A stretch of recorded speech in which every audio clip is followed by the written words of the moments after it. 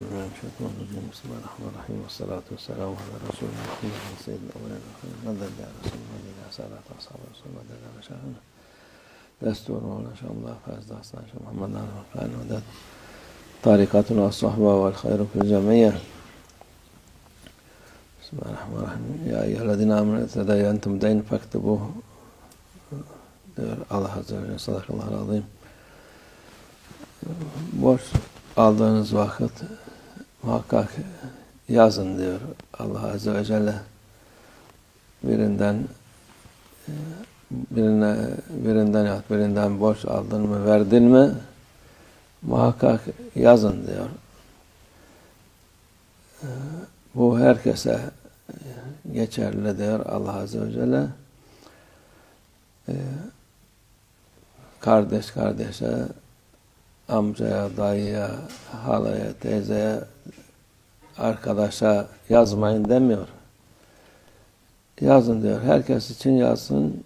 Çünkü insanoğlu hem unutur hem nefsi var. Nefis insanı kandırabiliyor. Hani helaldi, haramdı şey yapınca, nefse gelince hepsi birdir. Hepsini kazanç zanneder. Onun için bu şeyi muhakkak yazın ki sonra problem olmasın. Bize Şeyh Baba'ya kaç kişi geldi yani bu adama borç verdim, şey yapmadım. Bir iş yapacağız, borç verdik, şey yaptık, güvendik, vermedi. Ne yapacağız? Git şikayet et dedi. Başta soruyoruz. Kağıt yaptınız mı? Yok. Ne yapalım şimdi? O vakit tavsiyemiz ona git bir tane bir bardak su iç. O kadar. Yani bir şey alamazsın. Çünkü sen Allah Azze ve Celle'nin emrini yerine getirmedin. Başına gelen cezada onu çekeceksin. Sonra ders olsun. Başka şey demiyoruz. Çünkü şey yok, kağıt yok, evrak yok, mahkemeye gideceksin. Nerede bunun delili? Zaten dünya kadar davalar var. Senin davan gelene kadar 10 sene geçecek.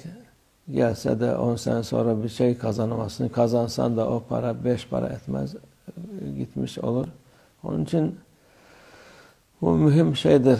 Borç mühim şeydir.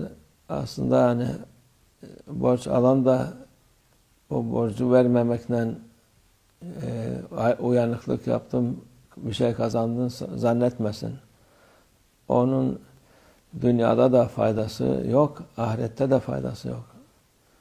Onun için Kur'an-ı Azimüşşan'da yine bir kişi öldü mü mirasçılara şu kadar bu kadar ama ondan önce borç varsa borç ödenecek. Ondan sonra kalan mallar taksim olacak. Tabii şimdiki şeyler insanlar zaten çoğu borç vermiyor çünkü bu meselelerden dolayı.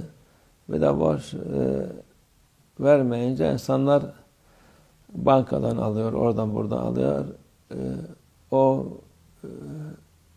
zaten banka onun insanın borçlarını ölse de ölmese de bir türlü o karşılığı vardır onun.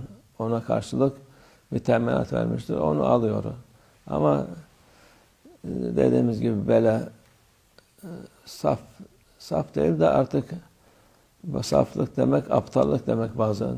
Çünkü Allah'ın emrini yerine getirmedin mi sen aklından noksanlık var demek. Hem Allah Azze ve Celle'nin emri hem insanların bilinen şey öyle. Onun için Allah'ın emri insanlara faydalıdır.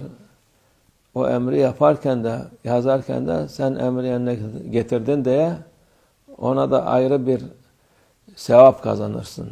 Allah'ın emrine göre gidiyoruz. Ya olur mu biz arkadaşız, şuyuz, buyuz, gerekmez, olmaz. Bu Allah Azze ve Celle'nin emridir. Kur'an'da yazıyor, onu yapacağız. Dersin, yok yapmam dersen, defol git dersin. Oldu bitti. Allah muhafaza etsin. Nefsimizin şerlerinden ne kadar hacı hoca da olsa, 10 defa 20 defa da hacca gitse gene nefsine uyar. Hani bunu çok gördük. Çok insanları kandıran oldu. Sarıkla, sakalla, hacılıkla, hocalıkla çok daha fazla kandırabiliyor insanı.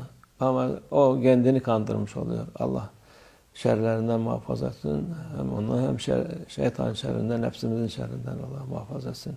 Ve Allah tevfik. El Fatiha.